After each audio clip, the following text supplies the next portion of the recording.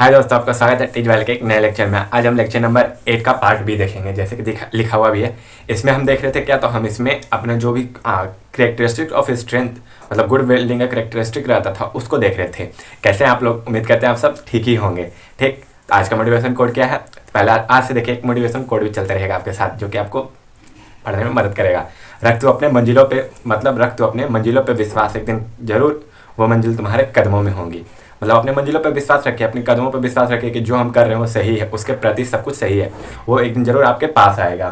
ठीक, तो ये आज हमारा मोटिवेशन कोड हो गया। तो हमने पिछले वीडियो में क्या देखा था, पिछले वीडियोस में हमने देखा था कि जो भी कैरेक्टरिस्टिक होता है, जनरल कैरेक्टरिस्टिक, यानी कि वो सब पत्रों में लगभग पाए ही जाते हैं, वैसे ऐसे देख रहे थे हम। तो पिछले वीडियो में हम कहाँ तक, तो सीजनिंग तक अपने सेवन कैरेक्टरिस्टिक्स देख लिया था हमने। आज हमने 8वां कैरेक्टरिस्टिक टफनेस एवं टफनेस इंडेक्स देखेंगे। पहला कैरेक्टरिस्टिक क्या था, तो पहला अपीयरेंस हमने देखा था, उसके ड्यूरेबिलिटी देखा था, उसके बाद हार्डनेस देखा था, उसके बाद हमने स्पेसिफिक ग्रेविटी देखा था, उसके बाद फ्रैक्चर्स देखा था, और एक और चीज़ देखा था शायद, मतलब ऐसे ही था 5-6।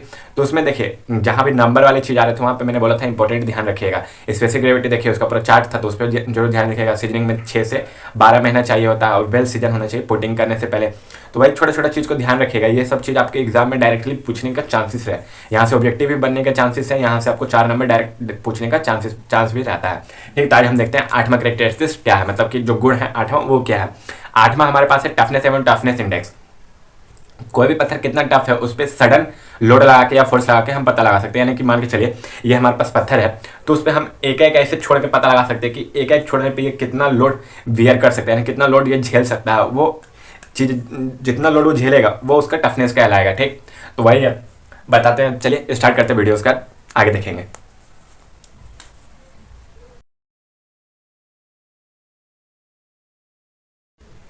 अपना वीडियो स्टार्ट करते हैं। क्या है पहला, टफनेस एवं टफनेस इंडेक्स। टफनेस एवं टफनेस इंडेक्स देख रहे हैं हम किसका, तो स्टोन का।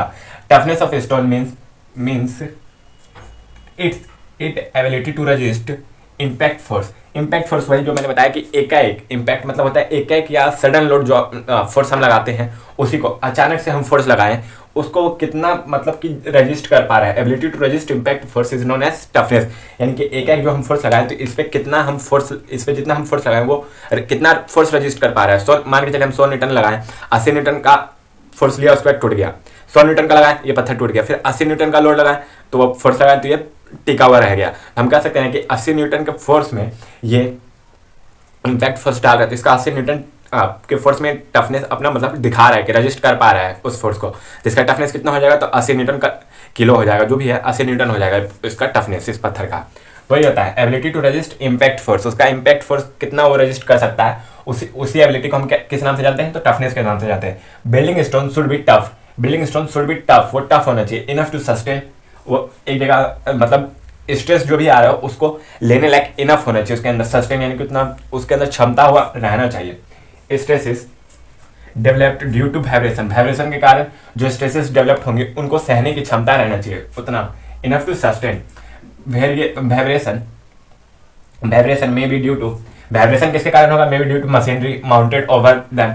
मतलब जो भी मशीनरी उसके ऊपर रखा हुआ है, मान के चलिए कोई बिल्डिंग है, बिल्डिंग के ऊपर कुछ ना कुछ तो रखा ही होगा, मशीनरी रखा रहे चाहे कुछ भी रखा रहे, तो उसके कारण वो काम हो रहा है वहाँ पे। आप देखेंगे फैक्ट्री में जो भी होता है, फैक्ट्री में एक से दूसरे मंजिल पर मशीनरी हर जगह रखा रहता है, वहाँ पे जो काम हो रहा है उसके कारण जो वाइब्रेशन उत्पन्न होता है, कोई मशीन चले उसके कारण वाइब्रेशन तो होना ही होना है, या अगल बगल कोई काम चल रहा है उसके कारण वाइब्रेशन उत्पन्न हो रहा है। तो उस वाइब्रेशन को अब हमारे बिल्डिंग स्टोन उस वाइब्रेशन को मतलब कम कर सके, उस वाइब्रेशन को एब्जॉर्ब करके वहाँ पे सस्टेन रह सके। तो वही है, सस्टेन रह सके, उसके कारण जो स्ट्रेस आ रहा है उसको वो अपने ऊपर झेल सके। And due to load moving over them due to load moving मतलब कि जैसे कि हम ही चल रहे हैं यहाँ से वहाँ, तो इसके नीचे जो भी पत्थर है हमारे मतलब छोटे छोटे गिट्टी होते हैं, स्टोन होते हैं, उसके नीचे जो है वो हमारे लोड को सस्टेन कर रहे हैं कि नहीं। नीचे वाले के पास तो ये नहीं है कि हम यहाँ चल रहे हैं नीचे वाले को इफेक्ट हो रहा है, वैसा तो नहीं होता। आप अपने घर में ऊपर चलते हैं छत पे तो नीचे वाले को उतना इफेक्ट नहीं होता, तो वही लोड को अपने वो सस्टेन कर सके, उसी को हम सस्टेन कर लेता है, तो उसी को हम क्या कहते हैं, उतना ही टफ कहते हैं। उसके पास इतना टफनेस होना चाहिए, जो भी स्टोन है उसके पास इतना टफनेस होना चाहिए कि वो वाइब्रेशन और हमारे जो लोड है, यानी कि फर्नीचर के कारण लोड आ रहा है, जो हम रह रहे हैं उसके कारण लोड आ रहा है, उन सबको वो झेल सके। तभी उसको उस स्टोन को हम गुड मानते हैं, बिल्डिंग स्टोन को गुड मानते हैं। इन इम्पैक्ट वैल्यू टेस्ट देखिए, इम्पैक्ट फोर्स के कारण टफनेस हमें पता चलता है, और इम्पैक्ट वैल्यू टेस्ट वैसा प्रोसेस है जिसमें हम टफनेस का इंडेक्स ज्ञात करते हैं, यानी कि कहाँ से कहाँ तक कौन सा पत्थर कितना रेजिस्टेंस झेला, तो कैसा है, ठीक। If toughness index comes less than 13, और जो 13 से कम रहा है टफनेस इंडेक्स, तो स्टोन इज नॉट टफ। हम 13 से कम उसका टफनेस इंडेक्स आया तो हम बता देंगे कि स्टोन ये टफ नहीं है, ये हमारे बिल्डिंग के लिए अच्छा नहीं है। इफ कम्स बिटवीन 19 to 13, 19 से 13 के बीच में आया तो हम बताएंगे मॉडरेटली, मतलब काम चलाया जा सकता है, इतना टफ है कि इससे काम चलाया जा सकता है, ठीक। If exceeds 90 the stone is highly tough. अगर जो 90 पार करता है, क्या टफनेस इंडेक्स अगर जो 90 पार कर जाता है किसी भी स्टोन का, तो हाई टफ है, वो हमारे बिल्डिंग के लिए एकदम सुटेबल है, या रोड पेमेंट ही बना रहे हैं हम तो उसके लिए सुटेबल है, यानी कि जो रोड पे हल्का छोटा छोटा गिट्टी रहता है ना, उस पर अगर जो 19 से ऊपर आ जाता है टफनेस इंडेक्स, तो वो सुटेबल होता है रोड के लिए। फिर परसेंटेज बियर इन एट्रिएशन टेस्ट, इसका देखिए, बियर मतलब होता है रगड़ना, बियर मतलब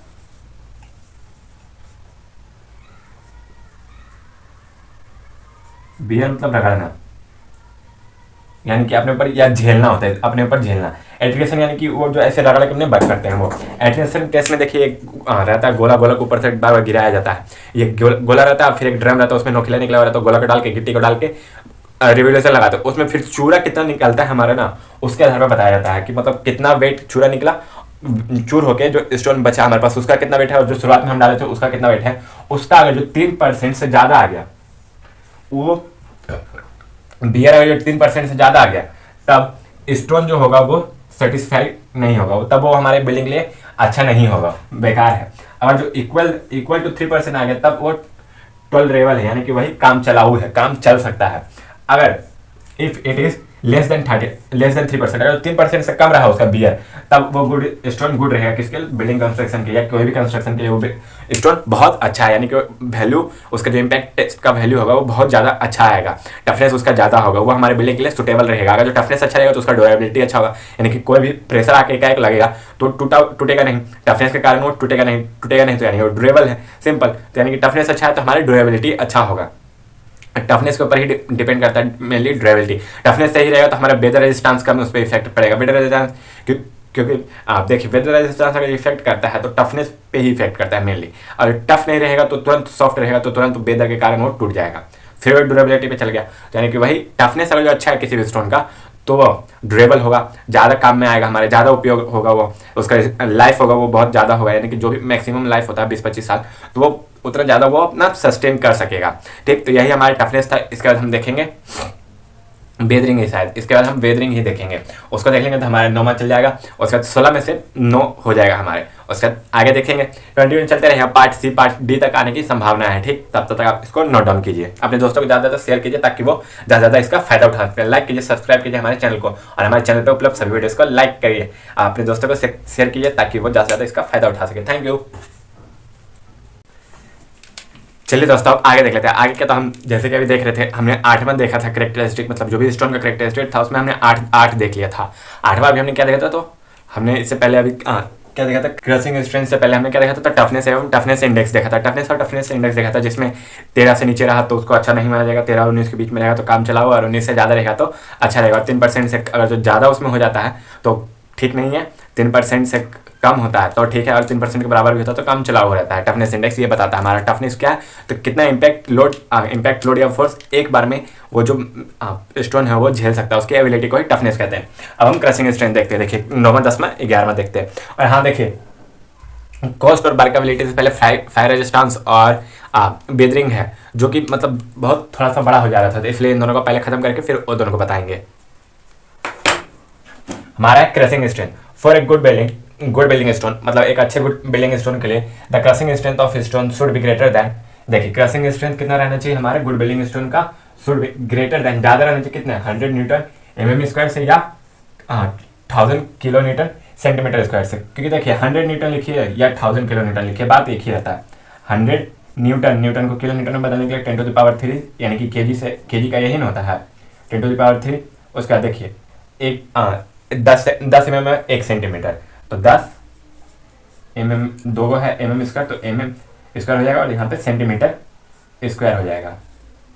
तो यहाँ पे देखिए 10⁻³ 10⁻² खत्म, एक जीरो यहाँ पे बच जाएगा, यही हमारा क्या जाएगा 1000 किलो न्यूटन पर सेंटीमीटर स्क्वायर, दिख रहा है, हाँ 1000 किलो न्यूटन पर सेंटीमीटर स्क्वायर यहाँ पे हमारा आ जाएगा इस प्रकार। तो भाई दोनों में से कोई भी लिखिए, बात एक ही है। फिर क्या, स्टोन या रॉक प्रीफ्रेंस, मतलब हम उसको प्रेफरेंस करते हैं on the basis of crushing strength. Crushing strength के बेसिस पे हम उसको किस प्रकार प्रेफरेंस करते हैं, तो इग्नियस रॉक पहले आता है, फिर मेटामॉर्फिक रॉक, उसके बाद आता है सेडिमेंट्री रॉक, उसके बाद आता है ये कौन सा है, तो हमारा जियोलॉजिकल क्लासिफिकेशन ऑफ रॉक था, ठीक। तो इग्नियस रॉक यानी कि उसमें जो भी होगा हमारा, उसका जो भी होगा वो मोल्टेन लावा से निकलकर एक ही बार में बना हुआ रहेगा। मेटामॉर्फिक रॉक, जो सेडिमेंट्री रॉक और इग्नियस रॉक के ओरिजिन में चेंजेस आ जाता है, जो मूल ओरिजिन उसका था उसमें चेंजेस आ जाता है, तो मेटामॉर्फिक रॉक बनता है हाई प्रेशर और हाई हीट के कारण। और सेडिमेंट्री रॉक लगातार डिपोजिशन होते रहता है वाटर में, सैंड, क्ले, इस सब का, उसके कारण वो बहुत सालों के बाद रॉक का फॉर्मेशन कर लेता है, उसी को सेडिमेंट्री रॉक कहते हैं। तो देखिए आपके स्क्रीन पे भी चल रहा होगा, इन तीनों का एक उदाहरण भी होगा और साथ में ये तीनों भी लिखे होंगे, उसका क्रशिंग स्ट्रेंथ भी होगा, जिसमें ग्रेनाइट है शायद, सेल्ट है और एक शायद लाइमस्टोन है या सैंडस्टोन है। देखिए वही चल रहा होगा, आपने देख लिया होगा, उसको भी नोट डाउन कर लीजिएगा कैसे चल रहा है। तो igneous rock, metamorphic rock, sedimentary rock, यानी कि सेडिमेंट्री रॉक सबसे कमजोर होता है, उससे ज्यादा मजबूत कौन होता है, मेटामॉर्फिक रॉक, उससे ज्यादा मजबूत कौन होता है, इग्नियस रॉक। हमारा यहाँ पे हमारा क्रशिंग स्ट्रेंथ खत्म होता है। आगे देख लेते हैं कोस्ट। देखिए कोई भी चीज रहे, बिल्डिंग बनाना हो चाहे कोई भी चीज रहे, उसमें कोस्ट एक बहुत महत्वपूर्ण भूमिका निभाता है। कोस्ट अगर जो अच्छा है किसी पार्टी के पास, मतलब जो भी बना रहे बिल्डिंग, उसके पास कोस्ट अच्छा है, तो ज़्यादा से ज़्यादा अच्छे से अच्छे चीज़ों का उपयोग करवा के अच्छा से अच्छा बनाने की कोशिश करता है बिल्डिंग को। क्योंकि देखिए घर ये सब होता है वो लाइफ में एक ही बार बनता है, इसलिए वो ज़्यादा से ज़्यादा अच्छा बनाने की कोशिश करे। कहानी भी सुने होंगे, मम्मी पापा बोलते भी होंगे, यार घर आए जिंदगी में एक बार बनो, इसलिए अच्छा से बना ले बुआ, समझ नहीं। तो भाई घर एक ही बार बनता है, उसको अच्छा से बनाना चाहिए लाइफ में। उसके लिए प्रॉपर प्लानिंग करना चाहिए हमको कि क्या लगेगा क्या नहीं लगेगा, प्रॉपर प्लानिंग होना चाहिए हमारे पास, प्रॉपर नॉलेज होना चाहिए कि किस चीज़ का उपयोग करना है किस चीज़ का उपयोग नहीं करना। तो भाई उन सब चीज़ों में हम, अब देखिए उन सब चीज़ों का हम अच्छा से यूज करेंगे, अच्छा से यूटिलाइज करेंगे, तो कॉस्ट भी वहाँ पे हमारा ज़्यादा से ज़्यादा आएगा, मतलब बहुत ज़्यादा महंगा पड़ेगा वो हमको। तो भाई कॉस्ट किसी भी चीज़ में बहुत महत्वपूर्ण भूमिका निभाता है। तो वहीं पर यहाँ पे कॉस्ट है हमारा। Cost is an important factor, क्या है, एक इंपॉर्टेंट फैक्टर है इन सेलेक्टिंग ए बिल्डिंग स्टोन। बिल्डिंग स्टोन को सिलेक्ट करने के लिए कॉस्ट हमारा एक इंपॉर्टेंट फैक्टर है। जो देखिए हम वही किचन में ग्रेनाइट का पत्थर लगाते हैं, तो ग्रे वाला एक ग्रे ब्लैक होता है, ग्रे कलर का होता है, एक ब्लैक कलर का होता है। तो देखिए एक ग्रीन कलर का होता है, ग्रीन कलर का लगाते हैं तो हमको थोड़ा सा सस्ता पड़ता है, ब्लैक कलर का वही लगाते हैं तो वो बहुत ज़्यादा महंगा पड़ता है उसकी तुलना में, ग्रीन वाले की तुलना में वो महंगा होता है। तो भाई मतलब मार्बल लगाते हैं, मार्बल हम नॉर्मल लगा रहे हैं, जो 5 से 6 साल चलेगा वो थोड़ा सा सस्ता पड़ेगा, जो 20-22 साल चलेगा वो थोड़ा सा महंगा चलेगा। तो भाई कॉस्ट जो होता है उसका इंपॉर्टेंट फैक्टर होता है इन कॉस्ट के अंदर कंसिडर किया जाता है किसको, तो ट्रांसपोर्टेशन चार्ज को, कोयरिंग को, ड्रेसिंग चार्जेस को, स्टोन के ट्रांसपोर्टेशन को। यानी देखिए हम मेरा कंस्ट्रक्शन साइड हमारा यहाँ पे है और उससे लगभग यहाँ से हम क्वेरिंग करवा के ला रहे हैं, तो इतना दूर में आने जाने में जो ट्रांसपोर्टेशन चार्ज था वो लगेगा कि लगेगा नहीं। अगर जो एक दूरी कम रहा तो ट्रांसपोर्टेशन चार्ज कम लगेगा, दूरी ज़्यादा रहा ट्रांसपोर्टेशन चार्ज ज़्यादा लगेगा। और यहीं इसके आसपास ही यहाँ पे हमारा रहता है कंस्ट्रक्शन साइट, तो इसकी तुलना में इसका ट्रांसपोर्टेशन चार्ज ज़्यादा रहेगा कि नहीं रहेगा, इसका ज़्यादा रहेगा कि नहीं रहेगा, इसका कम रहेगा कि नहीं। तो वही कहना चाह रहे कि इस वाले का कम रहेगा इस वाले का ज़्यादा रहेगा। तो ट्रांसपोर्टेशन चार्ज कोई नहीं है कि यहाँ से पत्थर हटाने के लिए जो भी होगा, ये नहीं कि पत्थर हटा रहे तो वो हटाने वाला भी तो लेगा ना कि हम यहाँ से ऐसे रुपये बेच देंगे या ऐसे देंगे। टन में आता है, वैसे जनरली पत्थर टन में आता है कि इतना रुपए का इतना टन आता है। देखिए गिट्टी अभी मार्केट में किस भाव चल रहा है, कैसे चल रहा है, तो 6,500 रुपये टन चल रहा है, यानी कि 6500 रुपये टन चल रहा है, 6500 रुपये टन चल रहा है। यानी एक टन गिट्टी मंगाते तो उसका हमको 6500 रुपया लग जाएगा, इतना चल रहा है वो अभी मार्केट में। यानी पत्थर देखिए, अब फिर उसके बाद इतना यहाँ से उठाने के लिए हमको लगा, फिर यहाँ से यहाँ लाना और यहाँ से यहाँ लाने का पैसा अलग से लेता है वो जोड़ के। तो उसका ड्रेसिंग मैंने आपको बताया था कि अगर जो मॉइस्चर रहता है उसमें हम उस पर सेप बना के उसको सीजनिंग के लिए छोड़ देते हैं, तो जो सेप बनाना होता है उसी को ड्रेसिंग कहते हैं, सेप देने को। उन सब चीज़ों का चार्ज सेप देगा तो कोई लेबर ही देगा, लेबर अपना चार्ज जोड़ेगा। तो उन सब चीज़ों के चार्ज को मिला के कॉस्ट के अंदर आता है, किसके, स्टोन के कॉस्ट के अंदर वो सब चीज़ें आती हैं। फिर वर्कबिलिटी यानी कि उस कोई पत्थर उस पर हम कितना स्मूथली काम कर पा रहे हैं, उसका काम करने का कितना पैसा लग रहा है, वो सब उस पर वर्कबिलिटी में आ जाता है उसके। Stone is said to be workable कब कहेंगे, व्हेन द वर्क इन्वॉल्व, इसमें स्टोन वर्किंग में जो भी वर्क इन्वॉल्व होते हैं सच एज कटिंग, यानी कि यहाँ से काटना, ड्रेसिंग, उसको शेप देना, एंड शेपिंग, उसका जो शेप है मतलब उसमें डिजाइन, ड्रेसिंग का मतलब होता है डिजाइन देना, शेपिंग का मतलब होता है उसका कोने को बराबर करना, यानी कि ऐसा बनाना, कोनों को बराबर करना। फिर से ड्रेसिंग मतलब इसमें जो ओम का निशान आपको मैंने बताया था वो उन सब चीज़ों में जो भी हमारा पैसा लगेगा वो इकोनॉमिकल होना चाहिए, मतलब कि सस्ता होना चाहिए, एंड इजी टू कंडक्ट, और जो भी उस पर काम होगा वो इजी रहना चाहिए। यानी कि कब, तो जब हम क्वेरिंग करके लाते हैं तभी इन सब चीज़ों को कर लेना चाहिए, ताकि बाद में पत्थर हार्ड होने पे ये सब चीज़ नहीं हो पाते हैं, तो उसमें पैसा ज़्यादा लगता है। सॉरी, इन सब चीज़ों में अगर जो पैसा कम लगता है तो हमारे कॉस्ट भी कम आएगा, कॉस्ट कम आएगा तो हम ज़्यादा अच्छे से अच्छा पत्थर को यूज़ कर सकेंगे फिर बाद में। तो वही होता है कि कॉस्ट में इन सब चीज़ों का इन्वॉल्वमेंट होता है, और वर्कबिलिटी भी इन सब चीज़ों पे ही डिपेंड करती है। वर्कबिलिटी यानी कि पत्थर पे हम कितना अच्छा से काम कर पा रहे हैं, जो भी पत्थर हमने चूज़ किया है उस पर कितना अच्छा से काम कर सकता है कोई भी लेबर, या कितना अच्छा से काम करवा पा रहे हैं, तो वही उसका वर्कबिलिटी होता है। वही कह रहा है ये, when the work involve stone working, जो भी इन्वॉल्व होता है स्टोन वर्किंग में, such as cutting, dressing, is economical and easy to conduct, उस पर इजी टू कंडक्ट, आसानी से किया जा सके, उसी को होता है क्रशिंग स्ट्रेंथ में इग्नियस रॉक सबसे आगे, फिर मेटामॉर्फिक, उसके बाद सेडिमेंट्री, उसके बाद आप कॉस्ट में देखिए, कॉस्ट में क्या क्या है, तो कंसिडर ट्रांसपोर्टेशन चार्ज को कंसिडर किया जाता है, क्वेरिंग को, और फिर ड्रेसिंग चार्ज को, यानी कि पत्थर पे जैसे उठा के दूसरी जगह ले जाना होगा। हमारा मान के चलिए पहाड़ हमसे है दूर और हमारा बिल्डिंग साइड है, पहाड़ हमारा यहाँ पे और बिल्डिंग साइड यहाँ पे, तो इन दोनों के बीच का जो डिस्टेंस होगा उसको कवर तो करना होगा ना हमको। कवर करने के लिए हम ट्रांसपोर्टेशन का यूज़ करेंगे, मेनली ट्रांसपोर्टेशन यानी कि ट्रक, ट्रैक्टर, ये सब का यूज करेंगे, तो वहाँ से वहाँ तक लाने के लिए पैसा तो लेगा ही लेगा ट्रैक्टर वाला, तो ये ट्रांसपोर्टेशन चार्ज, क्वेरिंग यानी कि वहाँ से जो पहाड़ को काट रहा है ठेकेदार, ठेका लेके सरकार से, तो वो अपना चार्ज लेगा ही लेगा, क्योंकि वहाँ से वो पत्थर आपको दे रहा है। फिर ड्रेसिंग, वो पत्थर लाए तो आप इतना तो अपने है नहीं कि उसको छेनिया थोड़े से यूज करके उसको डिज़ाइन दे सके, उसके लिए भी लेबर बुलाएंगे आप, तो उस लेबर को भी पैसा देना होगा। तो उन सब चीज़ों का चार्ज जोड़ के जो भी हमारा स्टोन का फाइनल चार्ज आता है वही उसका कॉस्ट कहलाता है, ठीक। तो ये हमारे पे 11 खत्म हो गया। अब हमारे पास फाइनली 5 बच गया। करेक्टरिस्टिक स्ट्रेंथ मतलब जो भी था, सॉरी करेक्टरिस्टिक स्ट्रेंथ बोलते हैं, करेक्टरिस्टिक्स जो भी था गुड बिल्डिंग का जनरल करेक्टरिस्टिक्स, वो 5 बच गए हमारे पास। वो 5 को लेके आते, तब तक आप इसको नोट डाउन कीजिए। चलिए अब हम आगे देखते हैं। आगे तो हम क्या देख रहे हैं, अब वेदरिंग देखेंगे। हमारा जो 12वां टॉपिक है, यानी कि 12वां करेक्टरिस्टिक है किसका, स्टोन का।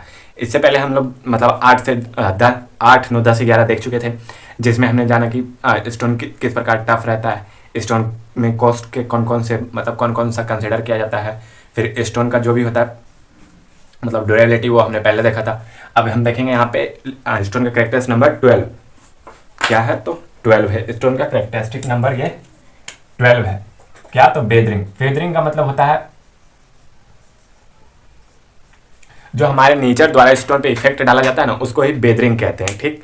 नेचर द्वारा यानी कि एटमॉस्फेयर द्वारा जो भी हमारा स्टोन पे इफेक्ट डाला जाता है, चाहे वो ठंडा गर्म हो, चाहे जिसके ज़्यादा गर्म हो जाए जिसके कारण स्टोन में क्रैकेस आ जाए, ज़्यादा ठंडा है जिसके कारण वो सॉफ्ट हो जाए, ये सब इफेक्ट को क्या बोला जाता है, तो बेदरिंग बोला जाता है, ठीक। इन सब को क्या बोला जाता है, तो एटमॉस्फेरिक एजेंसी बोला जाता है। चलिए हम लोग बेदरिंग स्टार्ट करते हैं। क्या, तो एक good building stone should be possess, मतलब वो पोजेस यानी कि वो उसके पास उतना क्षमता होना चाहिए कि बेटर बेदरिंग क्वांटिटी, वो बेदरिंग उसके पास अच्छा बेदरिंग क्वांटिटी होना चाहिए। पोजेस का मतलब, पोजेस मतलब होता है रखना, उसके पास अच्छा बेदरिंग क्वांटिटी होना चाहिए, ठीक। It should be capable with standing adverse effect, with standing मतलब कैपेबल, उसके पास उतना क्षमता होना चाहिए कि वो खड़ा रह सके। एडवर्स इफेक्ट यानी कि जो भी बुरा प्रभाव पड़ता है किस पे, वेरियस एटमॉस्फेरिक एजेंसी, जो भी अलग अलग प्रकार की एटमॉस्फेरिक एजेंसी है, उनसे जो बुरा प्रभाव पड़ता है उसके साथ वो खड़ा रह सके, इतनी उसमें क्षमता होनी चाहिए। किसमें, तो स्टोन में, जैसे कि रेन, सन, फॉरेस्ट यानी बर्फबारी, विंड यानी कि हवा, इन सब के इफेक्ट से, इन सब का जो भी एडवर्स इफेक्ट यानी कि बुरा इफेक्ट पड़ेगा, उसके साथ स्टोन खड़ा रहना चाहिए, उतना उसमें क्षमता रहना चाहिए, कैपेबल होना चाहिए। The stone having excellent weathering qualities, जिसके पास एक्सीलेंट मतलब बहुत अच्छा बेदरिंग क्वालिटीज हो, यानी कि बेदरिंग का इफेक्ट एकदम नाम मात्र मतलब ना के बराबर हो, वो वैसा स्टोन को हम इसमें प्रीफर करते हैं, only used in building construction. Building construction में वैसे स्टोन का हम प्रयोग करते हैं। देखिए इफेक्ट जितना कम रहेगा वो उतना ड्यूरेबल रहेगा, जितना वो ड्यूरेबल रहेगा उतना हमको उससे मतलब फायदा होगा, वो उतना ज़्यादा लंबे समय तक चलेगा। जितना लंबे समय तक चलेगा हमको पैसा उतना कम लगेगा, एक बार पैसा ही लगेगा, बार बार तो पैसा नहीं लगेगा। तो वही है कि उसका वो जो ड्यूरेबिलिटी है, उसका जो इफेक्ट है वेदरिंग के प्रति, वेदरिंग रेजिस्टेंस उसमें जो भी रहेगा वो एकदम एक्सीलेंट लेवल पे रहना चाहिए, ताकि हमको अच्छा से अच्छा उसका इफेक्ट मिल सके, उसका मतलब उसका अच्छा से अच्छा हमको क्वांटिटी रिवील हो सके, जितना हम पैसा लगाएं वो हम उतना वसूल सकें, ठीक। The best way to know resistance power, resistance power को जानने के लिए मतलब पत्थर का जो रेजिस्टेंस पावर है वेदरिंग का, उसका जानने के लिए हम लोग क्या है, तो द एक्शन ऑफ वेदर का जो एक्शन है is study to perform, study करना चाहिए उसके परफॉर्मेंस को, ऑफ बिल्डिंग कंस्ट्रक्टेड, मतलब कि जो भी बिल्डिंग उस स्टोन से, जो स्टोन हमने चूज किया कि हम इसको बिल्डिंग में यूज करेंगे अपने, ठीक, उस स्टोन का जो भी दूसरा बिल्डिंग पहले बन चुका है उस स्टोन से, उस स्टोन पे, उस लोकेलिटी मतलब उस जगह पे क्या क्या इफेक्ट पड़ा है, वो कितना रेजिस्टेंस झेल पा रहा है, उन सब चीज़ों की स्टडी करके हम पता लगा सकते हैं कि कोई भी बिल्डिंग स्टोन किसी भी लोकेलिटी में कितना अच्छा रह सकता है, कितना अच्छा नहीं रह सकता है। मान के चलिए हम अभी हैं यहाँ पे लखीसराय में, ठीक, यहाँ का जो अगल बगल का माहौल है, ठीक, उसमें हम किसी स्टोन का प्रेफर किया कि हाँ ये स्टोन यूज़ करेंगे। इस स्टोन से यहाँ से 5 से 10 घर बाद, मान के चलिए 5 से 10 घर बाद या बगल वाला ही उसी स्टोन का उपयोग किया, वो हमसे पहले घर बनाया, वो देखे बगल वाला घर बनाया, हम देखे जाके कि उसका मतलब जो इफेक्ट था, वेदर का इफेक्ट, जो उसमें ठंडा गर्मी ये सब का इफेक्ट था वो अच्छा था, उसके कारण पत्थर में ज़्यादा नुकसान नहीं होता। पत्थर में ज़्यादा नुकसान नहीं होता है, उसका वेदर जो रेजिस्टेंस था वो अच्छा था, तो उसको हम यूज़ कर लेंगे। और जो अच्छा नहीं रहा तो हम किसी और पत्थर पे शिफ्ट होंगे, उसका भी देखेंगे लोकेलिटी में अच्छा, जो लोकेलिटी में कोई घर बना हुआ रहेगा वहाँ जाकर उसको चेक करेंगे, वो अच्छा रहा तो उसको यूज़ करेंगे। देखिए इस पर भी कॉस्ट निर्भर करता है, पत्थर का निर्भर इस प्रकार करता है क्योंकि देखिए जो पहले हम सिलेक्ट किए तो वो सस्ता था, लेकिन उसका रेजिस्टेंस जो था वो बहुत बेकार था, लेकिन उसके बाद जो सिलेक्ट किया थोड़ा सा महंगा पड़ा हमको, रेजिस्टेंस अच्छा था, तो कॉस्ट जो लगने वाला था हमको उससे थोड़ा सा तो बढ़ गया, तो उस पर भी कॉस्ट हमारा डिपेंड करता है, किस पे, तो बेसिंग एजेंसी पे भी डिपेंड करता है। उसका देखिए, हाँ उसका देखिए हमारा क्या, तो एटमॉस्फेरिक एजेंसी आर फ्लोइंग, मतलब निम्नलिखित प्रकार के एटमॉस्फेरिक एजेंसी है हमारे पास। पहला है क्या, तो ड्राइनेज। ड्राइनेज यानी कि सूखा हुआ क्षेत्र, जैसे कि रेगिस्तान मान के चलिए, रेगिस्तान में कोई पत्थर है वो ड्राइनेज में रहा है, यानी कि उसके अंदर का जो भी मॉइस्चर रहेगा, यानी कि क्वेर सेप जो हम कल पढ़ रहे थे सीलिंग में, वो निकल चुका होगा पूरा, वो बहुत ज़्यादा हार्ड हो चुका होगा, उसका हम यूज़ करना चाहें, उसको हम तोड़ना चाहें, ठीक, तोड़ना चाहेंगे मतलब अपने बिल्डिंग में यूज़ करने के लिए स्टोन को हम प्रॉपर शेप देंगे ना, उसके लिए तोड़ना चाहेंगे, क्या पता वो टूटे ही नहीं, टूटे तो बहुत अलग अलग तरीके से टूट जाए, वहाँ पे वो बर्बाद हो जाएगा हमारा। ज़्यादा ड्राइनेस हो जाएगा तो वहाँ क्रैक पड़ने लगेगा, अपने आप ही पहाड़ में क्रैक पड़ेगा, वो अपने आप ही टूटने लगेगा। फिर वेटनेस यानी कि जैसे कि देखिए हमारे मेघालय राज्य में मोसिनराम है, जहाँ या चेरापूंजी जहाँ पे बारिश सबसे ज़्यादा होता है, वहाँ पे जितने भी पहाड़ होंगे वो देखिए ज़्यादा से ज़्यादा वाटर को एब्जॉर्व किए होंगे, वाटर को एब्जॉर्व करेंगे यानी क्वेर शेप उसमें ज़्यादा से ज़्यादा आ जाएगा, क्वेर शेप आ जाएगा तो उसमें जो होगा उनका वॉल्यूम बढ़ जाएगा, तो यानी कि उनके अंदर का जो स्पेस रहता है दो मॉलिक्यूल के बीच के वो बढ़ जाएगा। बढ़ने के कारण अगर जो उस पर किसी प्रकार का अटैक होगा या कुछ भी होगा तो तुरंत टूट जाएगा, या हवाई तेज चलेगा, वहाँ पे विंड इफेक्ट होगा तो उसके कारण टूट जाएगा। इन दोनों के कारण भी पत्थर टूट सकता है। फिर देखिए चेंजिंग टेम्परेचर टेम्परेचर में अगर कोई चेंजेस होता है, यानी कि चेंजेस यानी कि मान के चलिए आप जैसे कि कोई पहाड़ देखते हैं, सुबह में ठंडा रहता है, दोपहर में फिर हीट हो जाता है, फिर शाम में ठंडा हो जाता है, तो वही ठंडा गर्म का जो कॉम्बिनेशन होता है उसके कारण वो पहाड़ में ज़्यादा गर्म होगा तो फिर क्रैक पड़ जाएगा, उसी क्रैक से ठंडा आएगा तो हल्का सा मॉइस्चर एंट्री कर जाएगा, मॉइस्चर एंट्री करेगा तो फिर सॉफ्ट हो सकता है पहाड़, सॉफ्ट होगा तो उसी प्रकार वो टूट जाएगा। फॉरेस्ट यानी कि बर्फबारी होता है, हमारे शिमला जो हमारा देश का शिमला हिमाचल प्रदेश जो है वहाँ पे देखिए पहाड़, वहाँ पे जो भी पहाड़ है वो साल भर बर्फबारी यानी कि उसमें बर्फ से वो जमे हुए रहते हैं साल भर, और उसमें बर्फ जमा हुआ रहता है, ठीक, तो उन बर्फ के कारण वो मॉइस्चर कंटेंट करता है, कंटेंट करने के बाद मेनली आप जानते हैं कंटेंट करेगा तो सॉफ्ट हो जाएगा, सॉफ्ट होगा तो कुछ भी होगा तो टूट जाएगा, वो टूटता है तभी ना वहाँ पे बर्फबारी में हम सुनते हैं कि वहाँ हिमस्खलन आ गया या बद्रीनाथ में हिमस्खलन आ गया, तो वही टूटने के कारण आता है। Dissolve gas in rain water, बारिश के पानी में गैसेस हमारे पता है, बारिश के पानी में हमको कि गैस घुले हुए रहता है, उन गैसेस का जो केमिकल कंपोजिशन होता है वो हमारे पहाड़ के जो केमिकल कंपोजिशन है उनसे मिलकर बहुत मतलब बेकार इफेक्ट डालता है। बेकार इफेक्ट इसलिए डालता है क्योंकि उसका केमिकल कंपोजिशन ही चेंज कर देता है, जिसके कारण जो रेजिस्टेंस था, बेरिंग के प्रति रेजिस्टेंस था वो क्या पता कम हो जाए, जो इसका हीट क्या पता हीट का जो एब्जॉर्प्शन था वो पहाड़ वो हीट का एब्जॉर्प्शन ना कर पाए, जिसके कारण उसको टूट सकता है।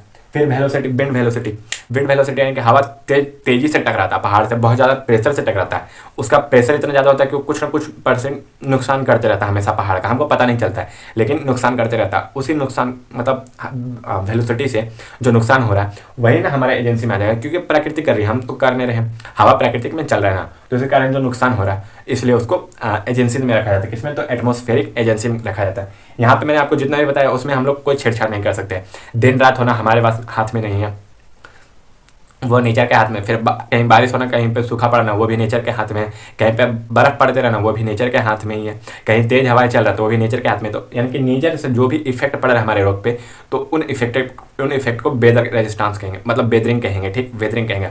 अगर जो उसको झेल लेता है हमारा स्टोन तो उसको वेदरिंग रेजिस्टेंस कहेंगे। यही था वेदरिंग हमारा, ये हमारा 12 टॉपिक खत्म हो गया। उसके बाद फायर रेजिस्टेंस देखते हैं जो टॉपिक नंबर 13 है, ठीक, तब तक आप इसको नोट डाउन कीजिए। चलिए दोस्तों, हम अपना वीडियो यहीं पे समाप्त करते हैं, जो भी हमारा लेक्चर नंबर 8 का पार्ट भी है यहीं पे समाप्त करते हैं। ऑलरेडी ये 30 मिनट का लगभग हो चुका है, मतलब 25 से 20 से 30 मिनट का हो चुका होगा, ठीक। तो हम अपना वीडियो यहीं पे समाप्त करते हैं। हमारे जो पुराने वीडियोस यानी कि लेक्चर नंबर 8 का पार्ट 1 और जो भी 7 वीडियो और पहले उपलब्ध है वो देखना चाहते हैं तो हमारे प्लेलिस्ट मतलब जो हमारे प्लेलिस्ट है building construction and building material का, उस पर जाके विजिट करें जो हमारे चैनल पे अपलोडेड है। ठीक, हमारे चैनल को सब्सक्राइब करें और जो नए व्यूअर हैं तो लाइक करें, कमेंट करें और ज़्यादा से ज़्यादा दोस्तों को शेयर करें ताकि ज़्यादा से ज़्यादा बच्चे इसका फायदा उठा सके। Thank you. Keep watch teach well in Bihar. ये कौन है तू? कौन है? कुछ नहीं। कुछ नहीं, कौन